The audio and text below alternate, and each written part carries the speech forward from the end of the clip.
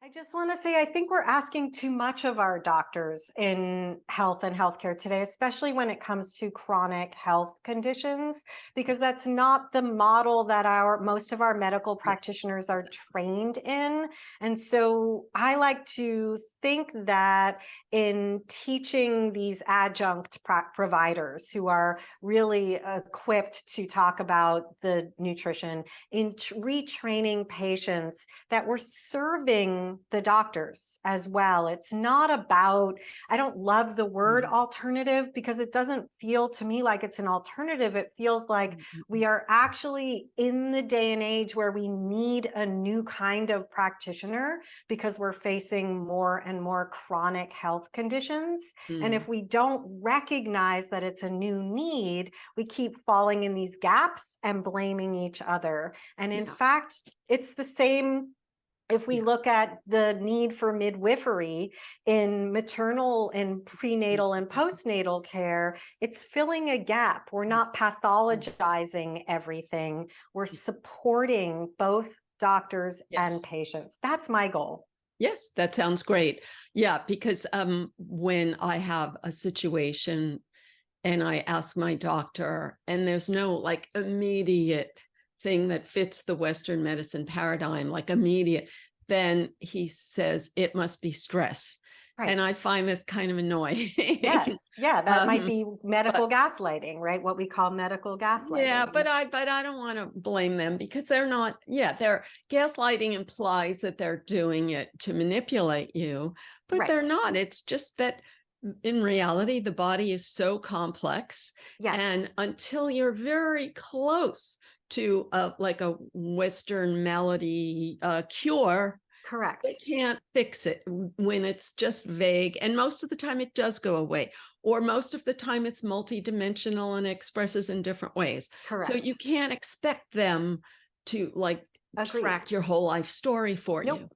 Yes, correct. That's why we have to look to myriad sources for the support that we need. And when I say gaslighting, it's not about blaming, it's about the fact that we're seeing one kind of provider for what might need different kinds of care. And so it gets lumped in, and you have the knowledge to be able to say, yeah, that's annoying, but other people may not have the resources or the background. And that's what I see, so many people just sick and not getting better and suffering. Yeah. I have to say, I go to an alternative practitioner and they say the same thing. Oh, it's just stress, you know? Totally. And I think, well, it's I don't know. Stress Anyway, end. so I'm glad you brought up sleep because I'm a huge believer in that.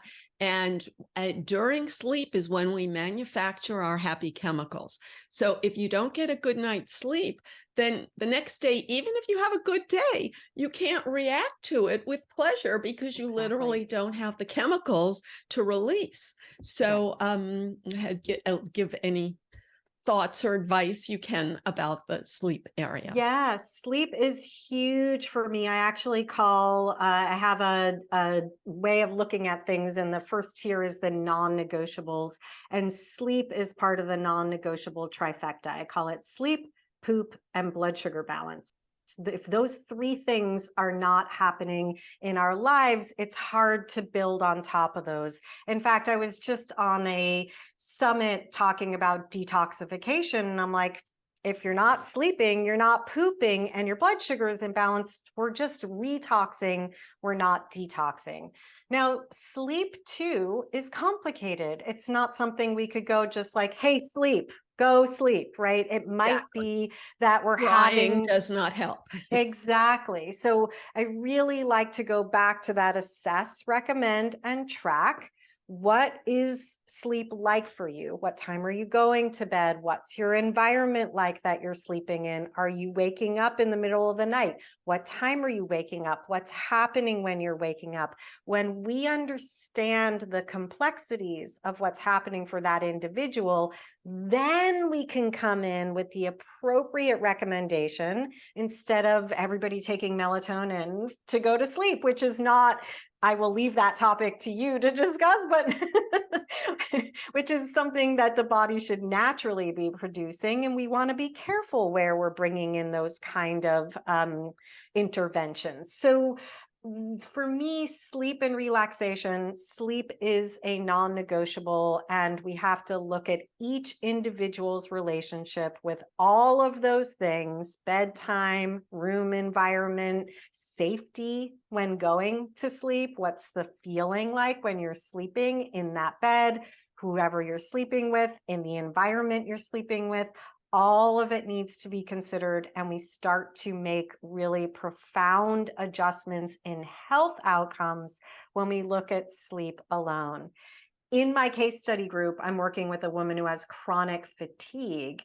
She's been diagnosed with everything from, all the chronic fatigue diagnoses. She's seen all sorts of alternative holistic functional practitioners. She's done all the testing. And at some point when we were looking at her sleep assessment, I talked about the need to go to sleep earlier to catch our cortisol curve in keeping with circadian rhythms. And she just sat there stunned. As a 54-year-old woman, she was like, nobody's ever told me to go to sleep an hour earlier. And when we think about that simple act in relation to our neurochemicals, our actual hormones, there's a huge difference we can make there. But we're bypassing it for all the supplements and all the diagnoses and all the testing, when all we did was talk about going to sleep an hour earlier, and start within 15-minute increments if you need to. Yes, that's what I wanted to raise. The idea of habit is hugely important. Our brain is constantly learning from its own habit. So if you had to get up early for some special project, or go to bed late for some special project, then the next day you're inclined to do that, and it's hard to break a habit. So it's not necessarily a deeper cause. It's just that it's hard to be flexible. If you think you're going to be on a different schedule every day, it's really not how the body works. Correct. So, I am sure that everyone listening, when they hear you, they're dying to hear what you have to say about poop, since you've mentioned it. And I have never covered that topic in any way. So just satisfy everyone's curiosity with your wisdom about that subject. Yeah, sleep, poop, blood sugar balance, 3 non-negotiables. So poop, we do want to be eliminating fully, and we could use a Bristol stool chart to look at what different poop looks like, but a fully formed elimination at least once a day. And I will say that some people are like, wait, what? Once a day? I mean, I would say 3 times a day would be ideal. And in order to do that, we have to come back to some of the basics, or the what I would call are the circle of influence around food. So we talked about the genes and the food, the movement, the environment, the mindset. If I look at food, I'm going to think about quality, quantity, diversity, and timing of the food. That's going to be unique for each individual. I mentioned eating the rainbow. If we eat the rainbow of plant foods, we're automatically getting more fiber. My other mantra to help people with is fat, fiber, protein at every meal. We want to be eating those things. That's also going to help with our elimination. So small shifts that we make to help us eliminate are actually, again, I said, a huge area of detoxification, but they're how our body dispels the biggest way. Our body dispels with what we don't need. That fat, fiber, protein, that eating the rainbow also feeds our microbiome. The majority of our microbiome is in our large intestine, where we are eliminating. And so it's a very synergistic relationship that we have with our food and elimination. And then our digestion and that microbiome impacts all other areas of our body. Our immune balance, yeah. So our microbiome and our digestive health is going to impact our immune health, our neurochemistry, our brain health, our structural integrity. All of it is going to be impacted by how we feed our microbiome. And our poop is an indicator of what's happening in our digestive function. So